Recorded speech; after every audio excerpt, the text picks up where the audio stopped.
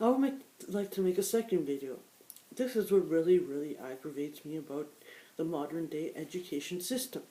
This is why I think it's broken, and if you really gave a shit about your children, you would homeschool them or send them to private school, because private school, as much as the teachers don't want to admit, because they're cowards and they're morons and they're socially inept, that public schools and home education does a way better job at educating these kids with private education and homeschool than these average moron teachers. This is the reason why I don't like them, is because, first of all, if you're about my age, probably you've been to college, to university. And what did you notice in your liberal arts class? That the same professor is giving you the same slop over and over again. About evolution, about some random theory that has really nothing to do with your own life. And my point is, like, for example, the theory of evolution. The problem with public school teachers teaching evolution is this: they're not scientists. In order to be a real scientist in this field, you need to have at least a PhD, have a thesis. What these teachers majored in is not a real science. So, for example, my teacher who is teaching me evolution, not a real scientist. The furthest thing from a real scientist. And I know that evolution isn't something that the average teacher can grapple with. Well, I'm talking about the average public school teacher, of course, because they're mentally inept.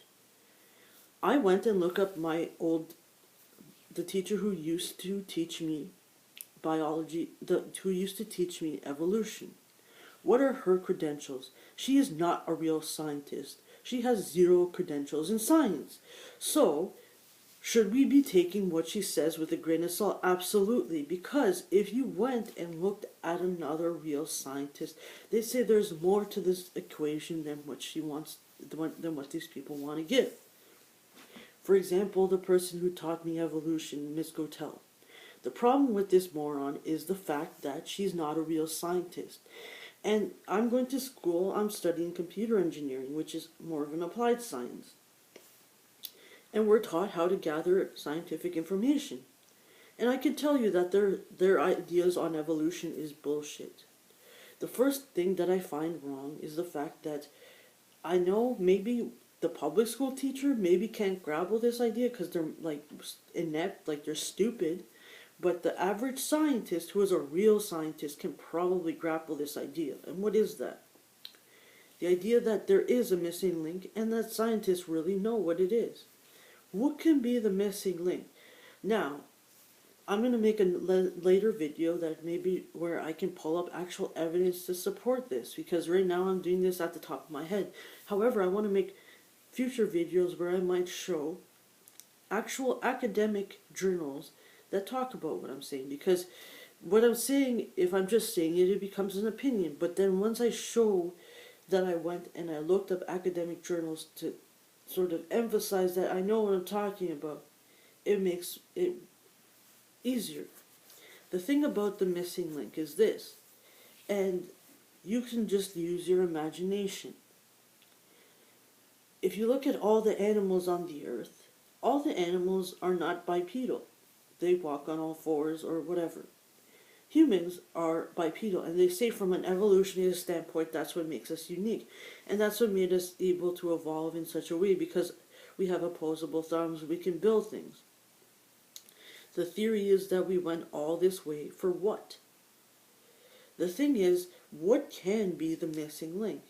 And there are scientists who may believe this, but this idea is more unorthodox and non-secular. What is the idea?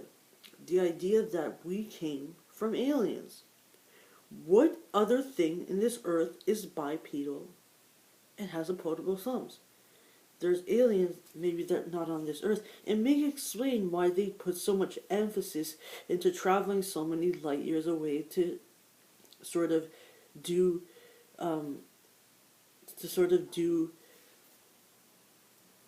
test on us. Is because this idea that maybe we can be related.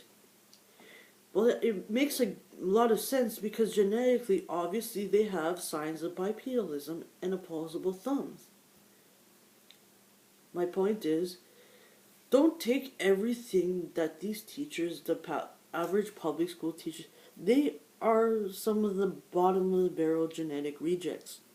Truthfully, if you once you come to my age, you'll realize that most professions are way smarter than the average teacher, because to be an average teacher you need an IQ of what, 100, maybe less.